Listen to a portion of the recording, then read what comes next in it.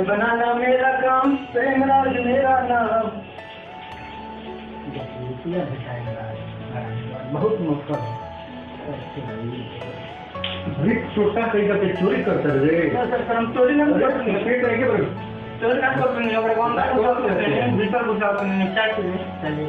फिर चोरी को उतर दिया चोरी ना करते हैं। छोटा बेईमान कहीं का बात पर जान पुन हमरा से करेगा तो जो पता नहीं तो आगे है सब भाग बहुत मत चल भाग जल्दी। क्या है तो बड़ा बढ़िया बड़ा लेकिन सुगर बा लेकिन इसलिए तनी मजा था होता बोले बीमार पड़ जाता कि मजा था सुगर के सब बीमारी बा।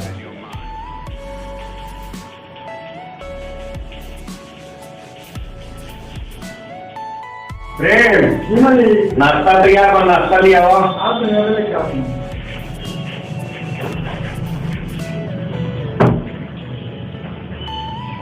नाश्ता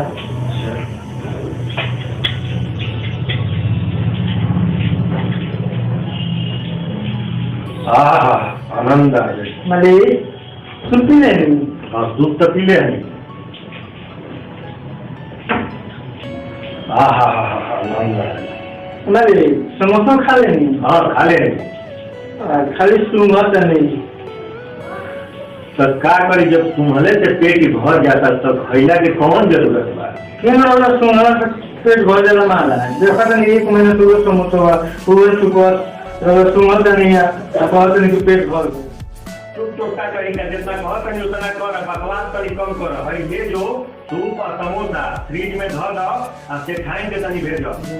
हमारी की बात नहीं जगत नहीं रो एक महीने से समोसा सूख गए समोसा के ना पेटो सूख गए तो सब नहीं रो खा लेते नहीं थे हम खा लेते। बकवास बंद कर जाके पहले भेजो तो 10 रुपये दिन भाग जल्दी आते सामने को समझ ये प्रेम भेजो भेजो नहीं हेमंत नहीं जय बजात नहीं।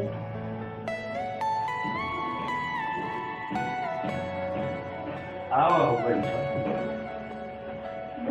पार्टी में गए जब माजा रफी से पहले बड़का हो तो क्या करी सही नहीं ना। अरे सारा लोग तुम्हारे के देखत रहे इतना सुंदर लाग कल पार्टी में ये बताओ बात तो हमसे कहे के रहलो। हाँ बोलिए। कलिया सुतल रही हाँ नौकरवा को नहीं थे। हाँ हाँ अरे बगली में हाथ लगा दे कौन बड़ बात बा जरूरत तो पानी एक नंबर से फ्री कंट्रोल वो कह के वो पैसा देनी पानी खाए खातिर ये जान कर लो लाग में कमाई में सब बंद बा।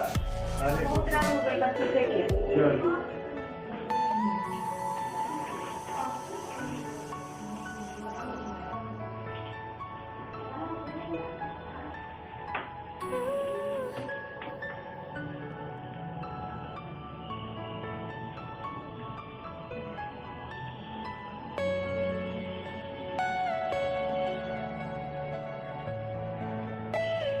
जो पैसा लोग निकाल ली ना निकाल पकड़ लो मरुआ में तो नहीं ना निकाल लेते हैं जब मत सूट रो पार्टी में दे के होश बा।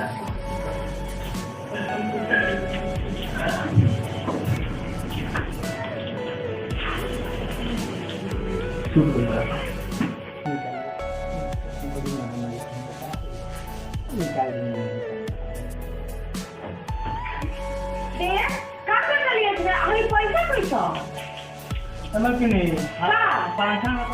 पैसा से पंखा हाथ तबे झूठ बोल रही कहो त नहीं तो हम नहीं यकीन करता नहीं लेकिन लोग हम विश्वास नहीं करते। विश्वास के करते हैं कुछ पकड़ा क्या कहीं क्या भगाइएगा के निकाली घर से। आज सही है बताइए हमने किया हम तो से कहत ना कि नियत हमनी के धन पर बा। अरे सही कहत नहीं आज एक पैसा खातिर कोई हमनी के जानो मार तो हने न एकरा पे विश्वास रहल हम तो से वो दिन बताइनी त ना समझ पैलू।